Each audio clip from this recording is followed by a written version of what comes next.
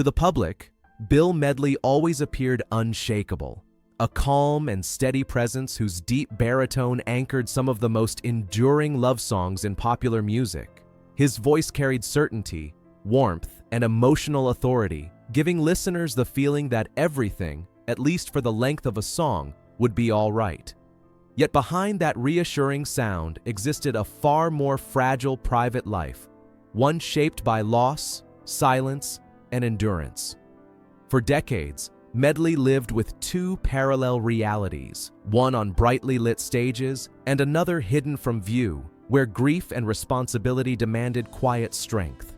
He rarely spoke publicly about the burdens he carried, choosing instead to let the music do the talking. While audiences associated him with romance and nostalgia, Medley was navigating personal storms that would have ended many careers.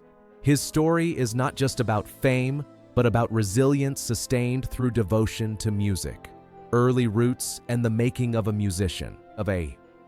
Bill Medley was born on September 19, 1940 in Los Angeles, California, into a household where music was part of everyday life rather than a distant dream. His father played guitar, his mother sang, and their home was filled with sound long before Bill understood it as a calling. He sang in church, learned piano and guitar naturally, and developed his voice through repetition rather than ambition.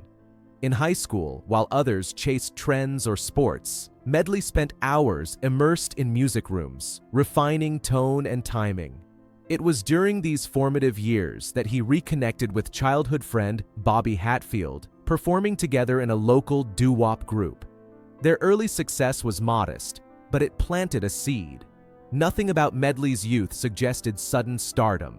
Instead, his foundation was built patiently, through discipline, faith, and a quiet belief that music was not just expression, but purpose.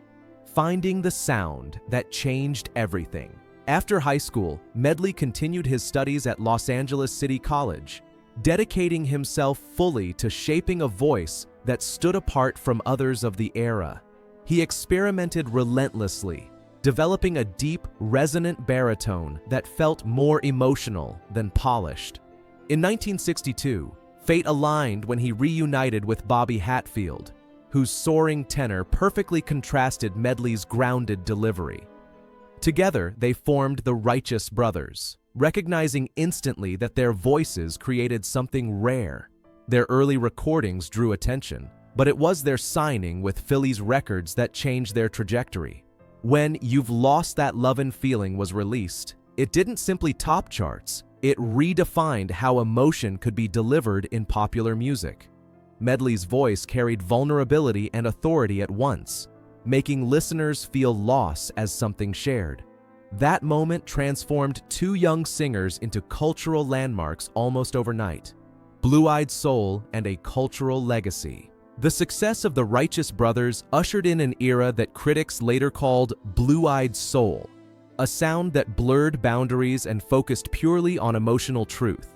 Songs like Unchained Melody, Ebb Tide, and Soul and Inspiration became woven into the fabric of everyday life, played at weddings, farewells, and moments of quiet reflection. On stage, Medley and Hatfield needed no theatrics. Their power came from restraint, phrasing, and the space they allowed emotion to breathe. Medley also emerged as a gifted songwriter and producer, contributing to works recorded by other artists and shaping the group's creative direction. Even when the duo first disbanded in the late 1960s, Medley continued recording and performing, understanding that chemistry is rare, but music itself is enduring. His career never depended on chasing trends, only on honoring the emotional honesty that audiences trusted. Love, loss, and a silence no song could fill. Behind the acclaim, Medley's personal life took a devastating turn in the mid-1970s when his former wife, Karen, passed away under tragic circumstances. Though they had divorced years earlier, she remained an important presence in his life and the mother of his child. The loss shook Medley to his core, stripping away any sense of safety he had known. In the aftermath, he stepped away from touring and public life, choosing instead to focus on fatherhood and healing. Music, once his refuge, became temporarily unbearable. For years, the case surrounding her death remained unresolved, prolonging uncertainty and emotional weight.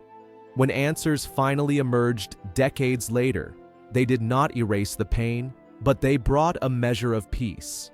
Medley rarely spoke publicly about this period, but it permanently reshaped his understanding of love, responsibility, and the quiet strength required to keep moving forward. Reunion, recognition, and an unexpected triumph. In the early 1980s, Medley reunited with Bobby Hatfield, and the Righteous Brothers returned to the stage with renewed purpose. Audiences welcomed them as if no time had passed, proving that their music had never truly left public consciousness. Around this time, Medley experienced another unexpected milestone when he recorded "I've Had the Time of My Life" for the film Dirty Dancing. The duet became a global sensation, earning major awards and introducing his voice to an entirely new generation. Despite its success, Medley remained grounded, viewing it not as reinvention, but as continuation. In 2003, he and Hatfield were inducted into the Rock and Roll Hall of Fame, a formal recognition of their lasting influence. Yet even as accolades accumulated, Medley remained focused on the work itself, aware that recognition could never replace the people and moments already lost. The loss of a musical soulmate. Later in 2003, Medley faced another profound loss when Bobby Hatfield passed away unexpectedly while they were touring together. The bond they shared extended beyond partnership. It was built on decades of trust, instinct, and shared breath. Hatfield's death left Medley feeling as though half of his musical identity had vanished. For a long time, he struggled to sing the songs they had created together, not because the notes were gone, but because the shared presence was missing. The silence that followed was not public retreat, but private mourning. Eventually, Medley returned to performing, not to recreate the past, but to honor it. He learned that music could still exist without its original shape, and that carrying forward did not mean forgetting. It meant accepting that some harmonies live on, even when one voice is gone. Health, endurance, and choosing to continue. In his later years, Medley faced challenges that threatened the very instrument that defined his life. A diagnosis requiring throat surgery brought fear unlike any he had known, confronting him with the possibility of losing his voice. For a singer, that loss would mean more than silence. It would mean identity stripped away. The surgery was successful, but recovery demanded patience and faith. Shortly after, Medley endured the passing of his wife, Paula, after years of illness. Their marriage had been one of stability and quiet support, and her loss reopened familiar grief. Yet once again, Medley chose to stand. Singing became not performance, but proof of survival. Each appearance was an affirmation that purpose could still exist alongside sorrow, and that continuing did not mean denying pain, but learning how to live with it.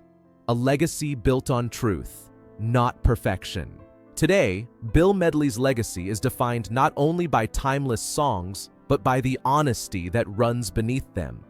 His voice carries weight because it has lived through loss, love, fear, and endurance. Even in his later years, he continues to perform selectively, not chasing acclaim, but honoring the path music set before him long ago.